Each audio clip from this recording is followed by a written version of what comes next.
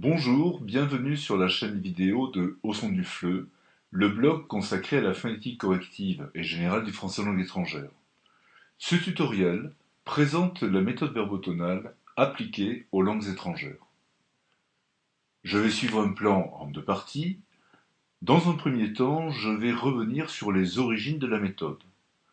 Nous allons voir comment elle s'est construite au cours des années 50. Ceci permet de mieux comprendre certains points forts de la méthode verbotonale qui en constituent les fondements. Ces fondements seront rappelés dans la deuxième partie du tutoriel. C'est le professeur Petar Guberina qui est à l'origine de la méthode verbotonale.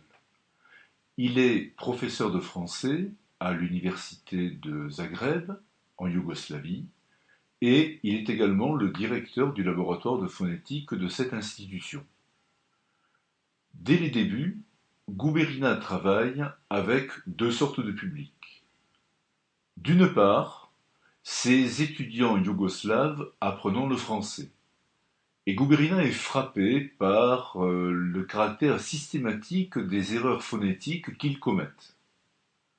D'autre part, Guberina est invité par le gouvernement yougoslave à venir en aide à ce que l'on appelait à l'époque les durs d'oreille, c'est-à-dire des personnes souffrant de troubles plus ou moins graves de l'audition, et une grande partie de la population avait des problèmes d'audition à cette époque.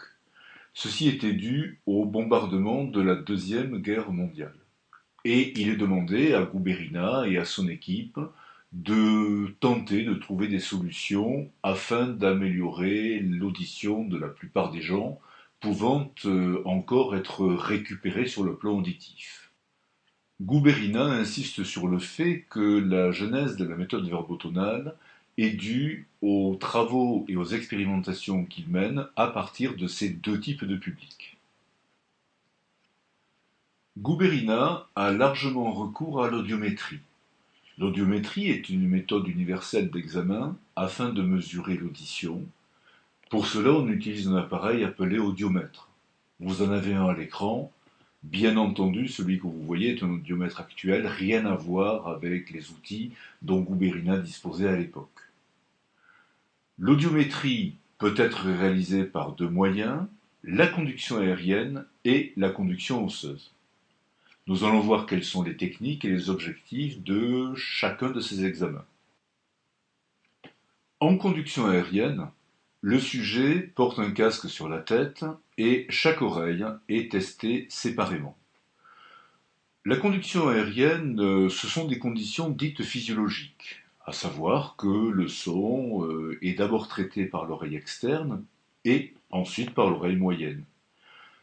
L'intérêt de la conduction aérienne, c'est qu'elle permet d'objectiver notre audition dans des conditions naturelles. C'est un simple test perceptif, c'est-à-dire que pour chaque oreille, on obtient le seuil minima d'audition. Si jamais tout va bien au niveau de la conduction aérienne, il est inutile de passer à la conduction osseuse.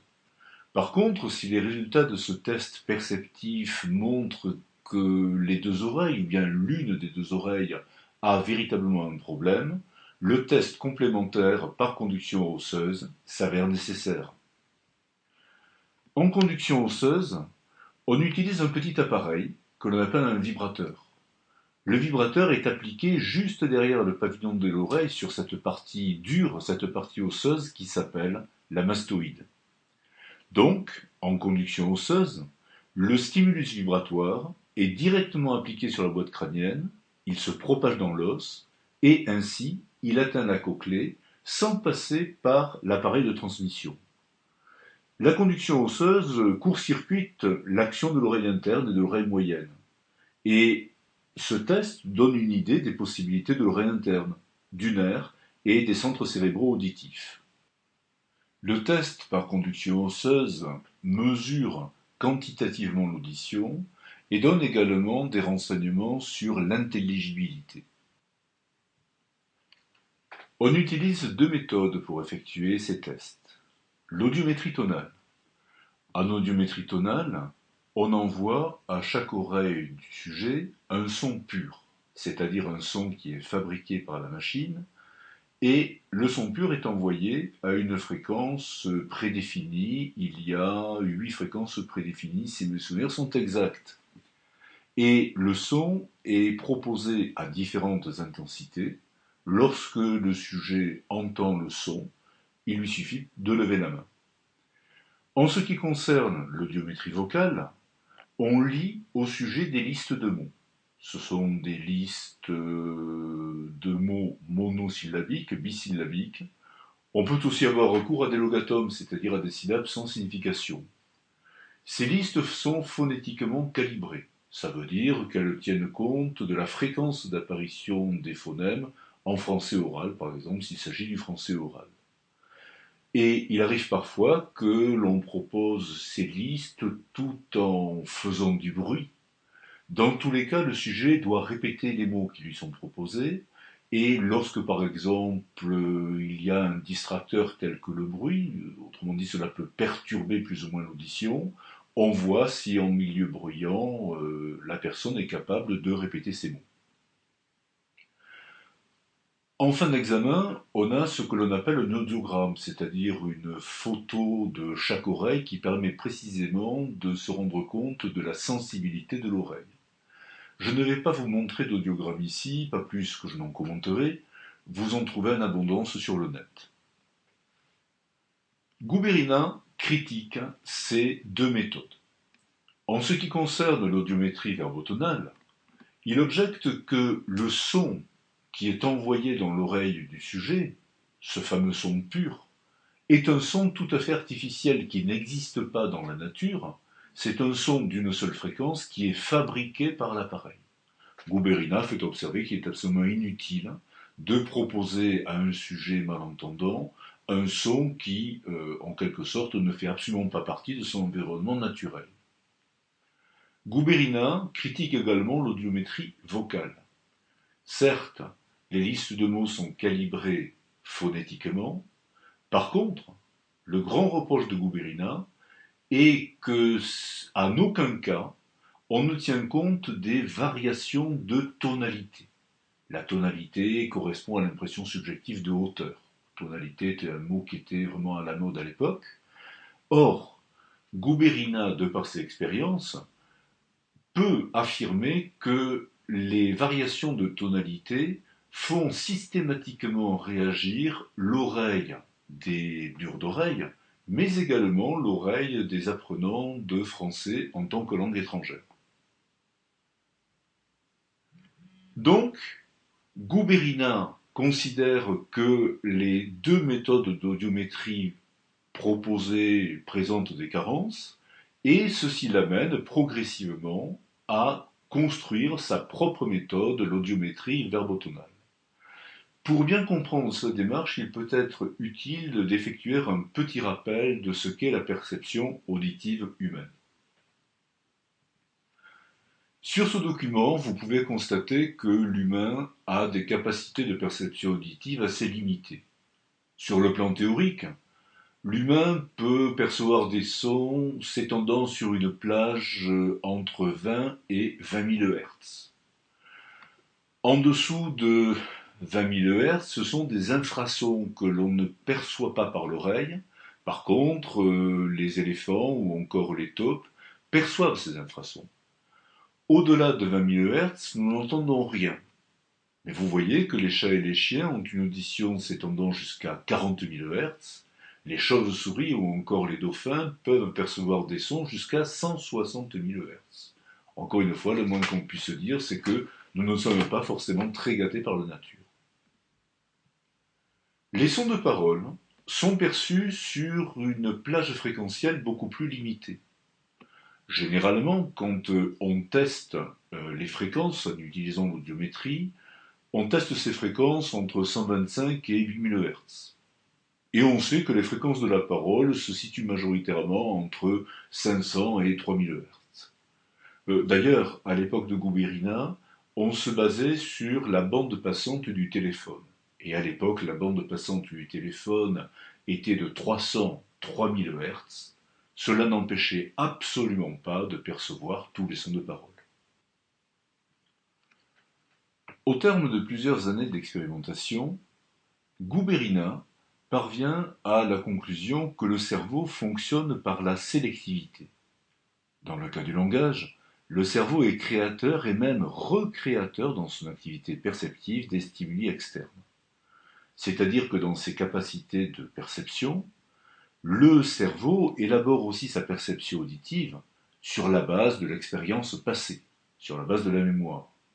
D'où la grande importance du contexte et de la situation, aussi bien pour la compréhension du langage que pour la perception auditive du langage. Guberina considère également que le cerveau décante une partie de l'information acoustique constituant la parole. Il remanie cette information, il l'interprète. Pour identifier un phonème, il doit filtrer une partie de l'ensemble des fréquences le composant. Ceci est une remarque absolument essentielle.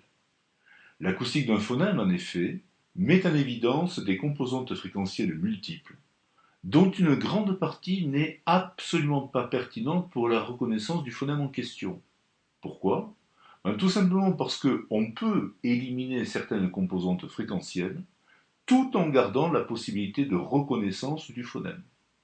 Donc ça veut dire que notre système neurosensoriel auditif remanie, réinterprète la matière acoustique qui lui est proposée. Cette interprétation est naturellement variable en fonction des capacités intrinsèques du sujet, qu'il soit sourd ou non. Elle est également variable en fonction de son expérience sensorielle. Et ce que je dis là est particulièrement évident chez n'importe quel apprenant d'une langue étrangère. Donc, pendant des années, des dizaines et des dizaines de malentendants, des dizaines et des dizaines d'étudiants apprenant les langues étrangères, dont le français, se succèdent dans le laboratoire de Guberina. Ce dernier et son équipe les soumettent systématiquement à des batteries de tests perceptifs. Ils utilisent un certain nombre d'appareils. Au départ, Guberina utilisait un filtre d'octave qui lui avait été prêté par Radio Zagreb. Mais rapidement, il va élaborer son propre matériel. Et il va mettre au point ce qu'il appellera le SUVAG, SUVAG étant l'acronyme de Système universel verbotonal d'audition Guberina. Il existe plusieurs générations de SUVAG. Sachez d'ailleurs que les SUVAG sont toujours commercialisés aujourd'hui. Un SUVAG peut être affecté à une utilisation collective ainsi qu'à une utilisation individuelle. Il a même existé un temps un SUVAG lingua de classe.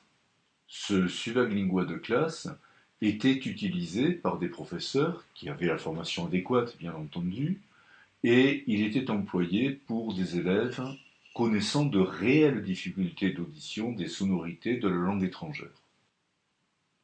Le commentaire de cette image va permettre de mieux comprendre le fonctionnement d'un SUVAG et surtout de saisir une notion que Guberina considère comme étant une découverte essentielle de la méthode verbotonale, la notion d'optimal. Vous avez donc la situation suivante qui est proposée à l'écran.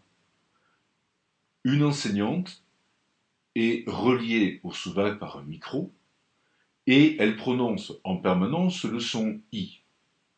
Elle s'adresse à un apprenant qui est lui-même relié au SUVAG par l'intermédiaire d'un casque. L'enseignante est expérimentée et tout en prononçant ce son I, elle triture les différents boutons de l'appareil, ce qui a pour effet de proposer à chaque fois des plages fréquentielles tout à fait différentes. Un SUVAG, finalement, ce n'est rien d'autre qu'un sélecteur de filtres. Et ce qui se passe, c'est que l'enseignant propose le son I, mais à chaque fois, elle propose un filtrage différent. Elle prononce I, mais si elle propose à l'élève un filtrage compris entre 150 et 300 Hz, l'élève entend OU. L'enseignante propose maintenant un filtrage compris entre 300 et 600 Hz, elle prononce I, mais l'élève entend un son intermédiaire entre OU et O. À nouveau un autre filtrage, bidouillant les différents boutons. L'enseignante propose I, mais par exemple, entre 1200 et 2400 Hz, l'apprenant n'entend pas I, il entend IE. Qu'est-ce que cela signifie pour Guberina? Si on transmet un son par canal direct, chaque son ou chaque groupe de sons contient en lui-même tous les sons. Mais notre cerveau doit en faire la sélection en éliminant une partie des fréquences contenues dans la production de son. Cela veut dire que chaque changement des bandes de fréquences à partir de celles qui donnent l'intelligibilité optima amène la distorsion du son.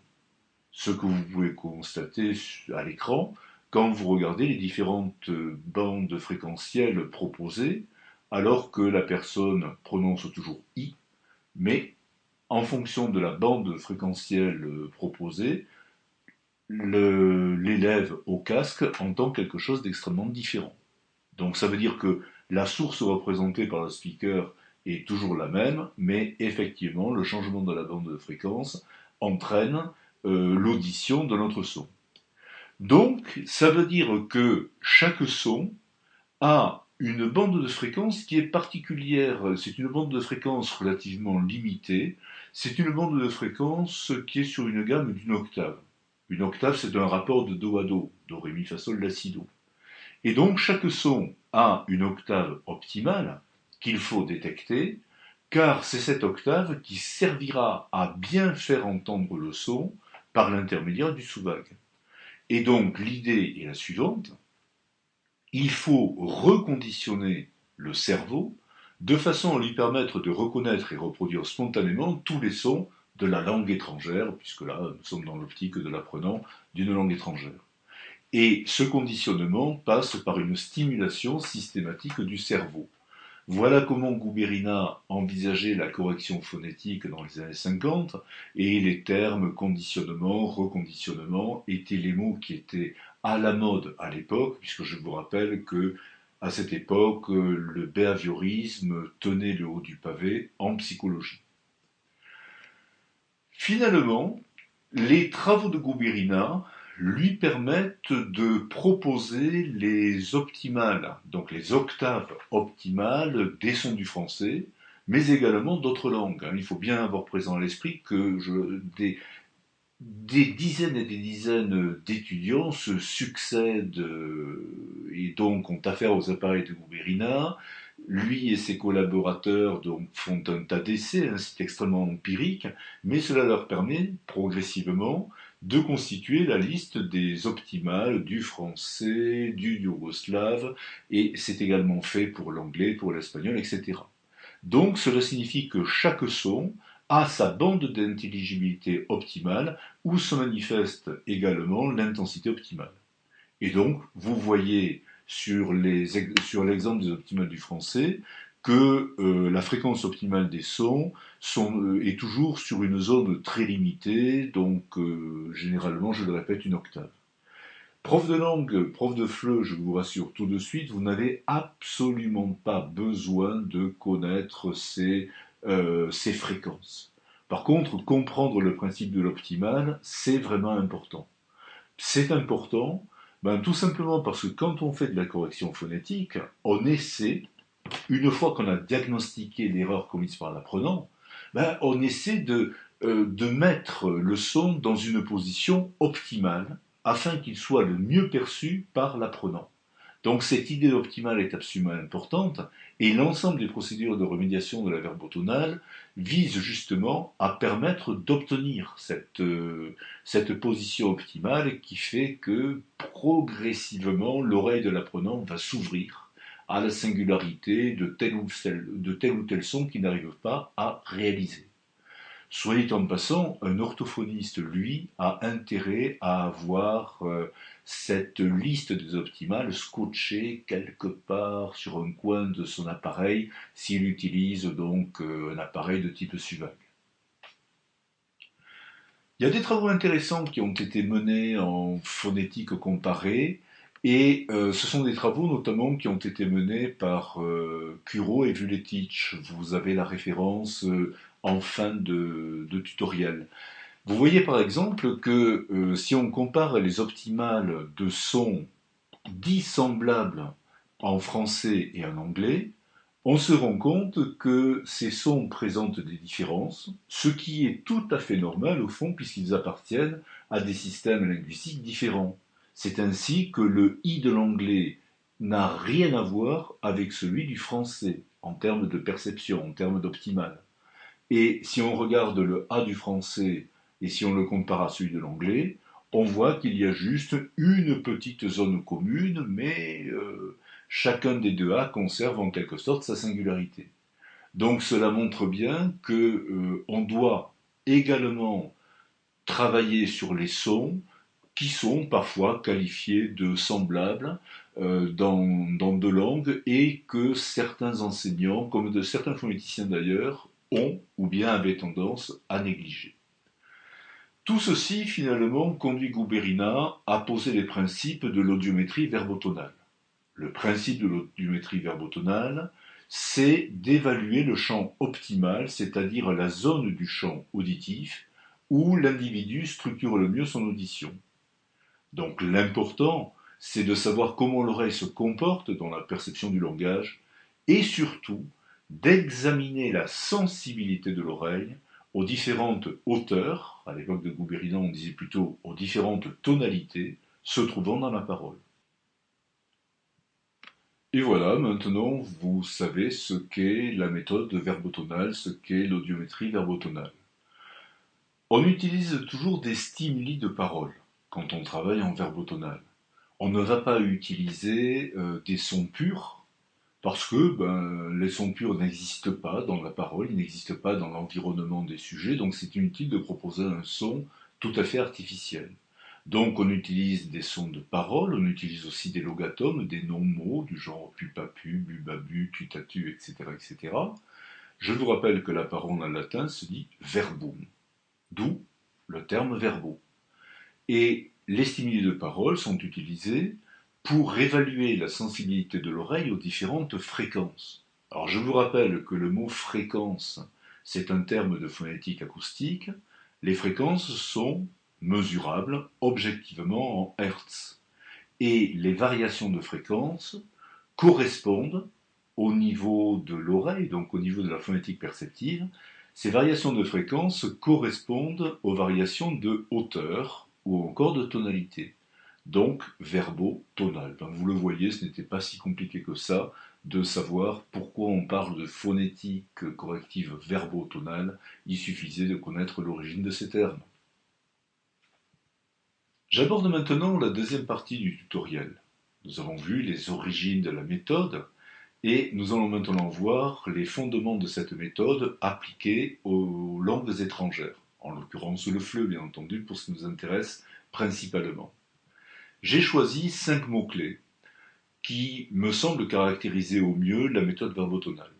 Je vais être plus rapide dans ma présentation de cette deuxième partie, dans la mesure où chacun de ces mots-clés fait l'objet ou fera l'objet de développement à l'intérieur du blog au son du fleu, où chacun de ces mots-clés a déjà été traité par différents auteurs s'intéressant à la verbotonale. Le premier mot-clé, certainement ce que les profs de langue connaissent le mieux, c'est la métaphore du crible phonologique. Nous avons ici deux personnes qui discutent. Une personne dont la langue maternelle est constituée par le système sonore de la langue A, mettons c'est un français, et ce français s'adresse en français à un espagnol. Donc l'espagnol a dans son cerveau le système sonore de la langue B.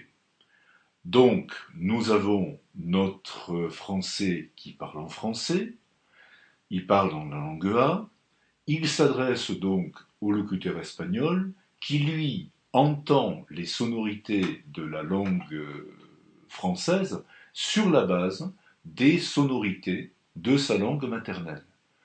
Concrètement, et de façon un peu caricaturale, ça veut dire que si le français prononce dans le flux verbal, si le français prononce ze, l'espagnol risque d'entendre se, si le français prononce e, l'espagnol risque d'entendre e, le français prononce je, il y a de forts risques pour que je sois perçu yeux par l'hispanophones, etc., etc.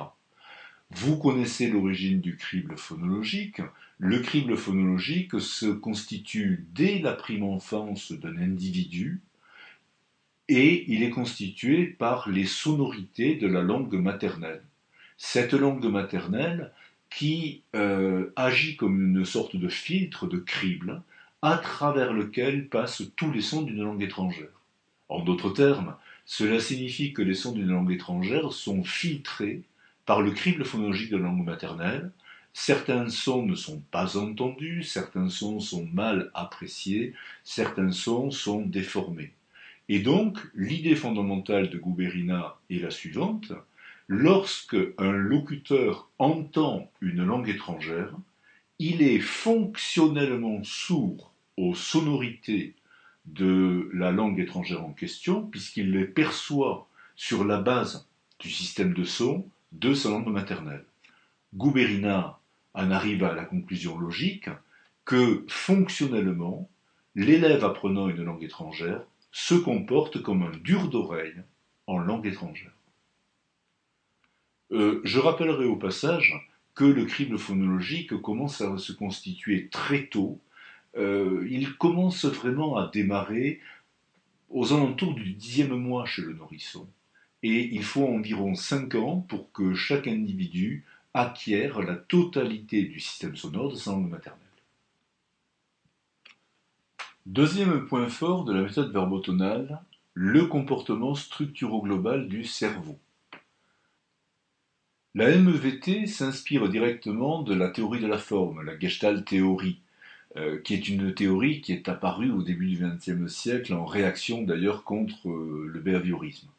Le principe général de la Gestalt est que le tout est plus que la somme de ses parties. Donc les gestaltistes étudient les phénomènes psychologiques comme des totalités, c'est-à-dire qu'ils étudient la façon dont nous avons tendance à regrouper les éléments que l'on perçoit en unités significatives. Ce qui est important dans cette théorie, c'est que l'esprit humain n'est pas passif, en quelque sorte, comme c'est le cas pour le behaviorisme. Bien au contraire, l'esprit humain explore, structure et organise le monde. L'individu n'assimile pas les fonctions passivement. Il est actif et structure des situations en construisant des formes. Le principe de la phonétique corrective, c'est effectivement de permettre à un sujet, en l'occurrence à un apprenant de FLE, de bien percevoir les bonnes formes sonores, c'est-à-dire de percevoir petit à petit les singularités de tel ou tel phonème actualisé qu'il n'arrive pas au départ à entendre convenablement, puisque, rappelons-le, il est fonctionnellement sourd aux sonorités de la langue étrangère. Ne pas oublier, encore une fois, que la phonétique corrective est quelque chose qui demande du temps. Je l'ai rappelé, un individu a mis à peu près 5 ans pour assimiler, sans aucune contrainte, le système sonore de sa langue maternelle. Il ne va pas assimiler le système sonore d'une langue étrangère comme ça, comme par un coup de baguette magique. Il va procéder à coup d'essais et erreurs. De même qu'il a assimilé le système sonore de sa langue maternelle, également à coup d'essais-erreurs. L'enseignant opère une guidance à partir du diagnostic qu'il a fait et proposer des procédés correctifs adaptés devrait permettre à terme d'améliorer la sensibilité de l'apprenant aux particularités du son de la langue étrangère. Un troisième point fort de la méthode verbotonale est constitué par l'importance décisive que Guberina reconnaît d'entrée de jeu à l'intonation. Je vous rappelle qu'à l'époque, les linguistes structuralistes considéraient l'intonation comme un fait linguistique marginal, voire même ne s'y intéressaient pas du tout, dans la mesure où l'intonation était censée pour eux traduire l'état psychique du sujet, et relevait donc de l'étude de la psychologie, certainement pas de la linguistique.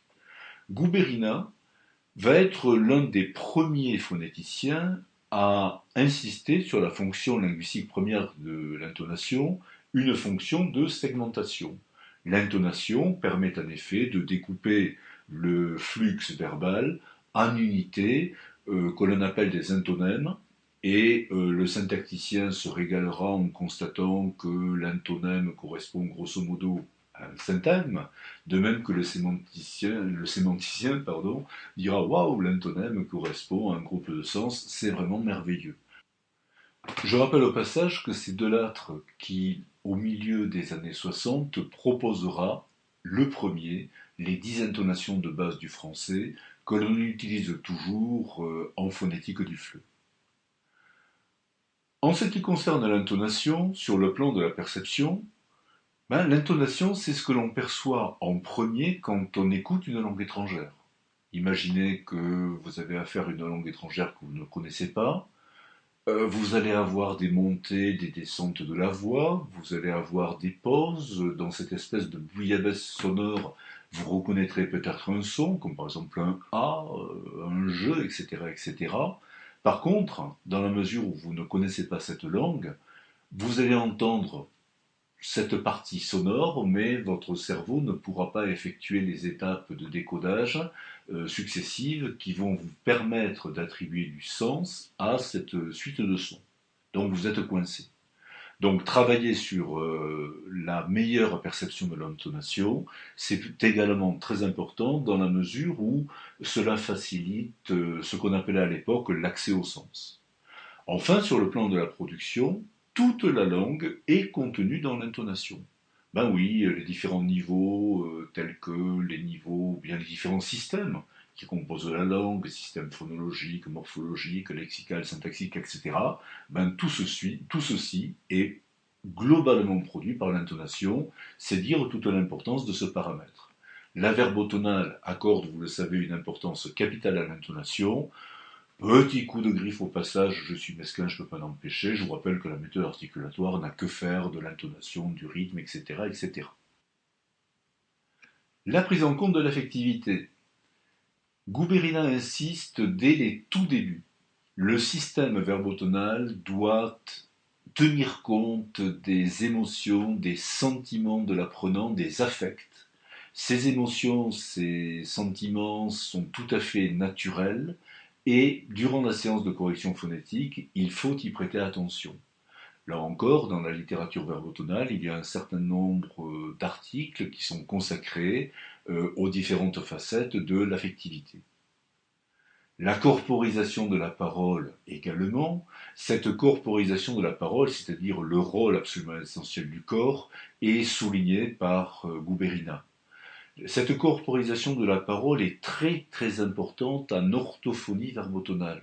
Elle est peut-être moins visible en verbotonale appliquée à l'enseignement des langues étrangères, dans la mesure où classiquement les élèves sont assis, les élèves ne doivent pas trop bouger, etc., etc. Donc cette mise en scène du corps, cette mise en jeu du corps aurait peut-être tendance dans le système éducatif à être contrôlée, parfois même censurée. Je me contenterai simplement ici de dire que, en perception, le corps se comporte véritablement comme une gigantesque oreille. Ça paraît étonnant, mais rappelons que nous percevons effectivement les sonorités par la voie aérienne, c'est-à-dire par l'oreille, mais nous percevons certaines fréquences, des fréquences inférieures à 1000 Hz, par la sensibilité vibro-tactile, c'est-à-dire la surface de la peau, et également par la conduction osseuse. J'ai tendance à dire par contre que dans l'enseignement, on n'utilise pas le recours donc à ces deux types de sensibilité dans la mesure où le prof doit naturellement pratiquer l'interdit du toucher. Par contre, sachez qu'en orthophonie verbotonale, la manipulation corporelle de l'enfant malentendant est une donnée essentielle, car effectivement, la sensibilité vibrotactile ou la conduction osseuse peuvent être de très puissants facteurs permettant de percevoir certains sons de parole. En ce qui concerne la production, la corporisation de la parole est également quelque chose qu'il faut considérer. Guberina rappelle en permanence que les sonorités parolières sont les résultats de mouvements. La parole, c'est du mouvement, rien à voir avec ces espèces de schémas figés que nous propose la méthode articulatoire. Si on va plus loin, dans ces pratiques remédiatrices, en verbotonal, tout est lié. Et on voit que la prosodie joue bien un rôle central. C'est pour cela que j'ai mis les unités suprasegmentales, c'est-à-dire les unités prosodiques, au centre de cette petite figure. On va dire que sur le plan parolier, les unités segmentales, ce qu'on appelle les voyelles et les consonnes, se trouvent obligatoirement insérées à l'intérieur d'un mouvement rythmico-mélodique. Et donc, selon la place qu'elle occupe à l'intérieur de ce mouvement rythmico-mélodique, rythmico-intonatif, les voyelles et les consonnes, les segments, subissent l'influence de cette place. Le plan corporel a également un rapport direct avec la prosodie. Lorsque nous parlons, nous produisons spontanément des gestes que l'on appelle des gestes paraverbaux, c'est-à-dire des mouvements de la tête, des mouvements de la main, du bras, qui sont des mouvements tout à fait synchrones avec les montées et les descentes de la voix, donc les montées et les descentes intonatives. Étant cogné sur le plan corporel, disons un petit mot de la conduction osseuse que j'avais évoqué dans la première partie du tutoriel quand je parlais des tests audiométriques. Je vais simplement vous indiquer les vitesses de propagation de l'onde acoustique. Vous savez certainement qu'elle se propage théoriquement dans l'air à une vitesse de 340 mètres secondes. Dans l'eau, elle se déplace à une vitesse de 1500 mètres secondes. Mais dans des matériaux plus denses, elle se propage à des vitesses encore supérieures. C'est ainsi que dans l'os, OS, l'onde acoustique se déplace à une vitesse de 3500 mètres secondes.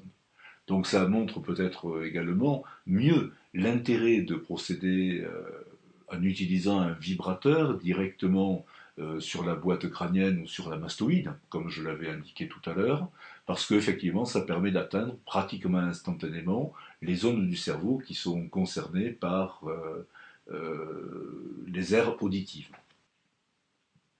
Je vous propose pour terminer un petit résumé des mots-clés que j'ai évoqués dans la deuxième partie de ce tutoriel. La méthode verbotonale repose sur un comportement structuro-global en perception comme en production. Le rôle du cerveau est souligné en permanence, ce cerveau qui réinterprète, réorganise les informations sonores, tant au niveau du crible phonologique qu'à celui de l'intonation. D'ailleurs, on pourrait dire que dans n'importe quelle langue, il existe à la fois le crible phonologique proprement dit, c'est-à-dire celui des phonèmes, mais il existe également un crible rythmique ainsi qu'un crible intonatif. Et chacun de ces cribles est différent d'une langue à l'autre. Chaque langue organise sa matière phonique, sa matière sonore, de façon tout à fait originale. Le corps également joue un rôle absolument essentiel dans la perception comme la production des sons. Le corps également donne des indications relatives à l'affectivité de l'individu, cette affectivité que l'on retrouve également transmise par les modulations vocales, c'est-à-dire par l'intonation. Vous avez donc sur ce petit document une sorte de vision générale de la méthode verbotonale d'intégration phonétique, chacun de ces mots-clés faisant l'objet de développement dans des articles, des ouvrages, etc. Nous arrivons au terme de ce tutoriel. Certaines imagettes libres de droit proviennent de deux sites, Pixabay et OpenClipart. La liste des optimales du français est extraite de l'ouvrage édité par Claude Roberge en 2003. Vous trouverez également les optimales comparées du français et de l'anglais dans l'excellent petit ouvrage de Jean Curaud et Branko Vuletic, qui est un livre d'ailleurs qui pourra intéresser ceux d'entre vous qui enseignez l'anglais. Vous avez dans ce livre effectivement des conseils méthodologiques pour adapter la verbotonale à l'enseignement de l'anglais. Vous pouvez retrouver plein d'informations utiles sur la méthode verbotonale d'intégration phonétique dans le blog Au son du FLE. Le site Phonétique corrective en FLE vous propose également plein de vidéos montrant très concrètement les différents procédés de correction utilisés en direct par l'enseignant dans une salle de classe. Enfin, depuis quelques mois, le mot dièse qui apparaît à l'écran permet de suivre l'actualité de la verbotonale sur les réseaux sociaux, notamment sur Twitter. Je vous remercie de votre attention et je vous donne rendez-vous dans un prochain tutoriel.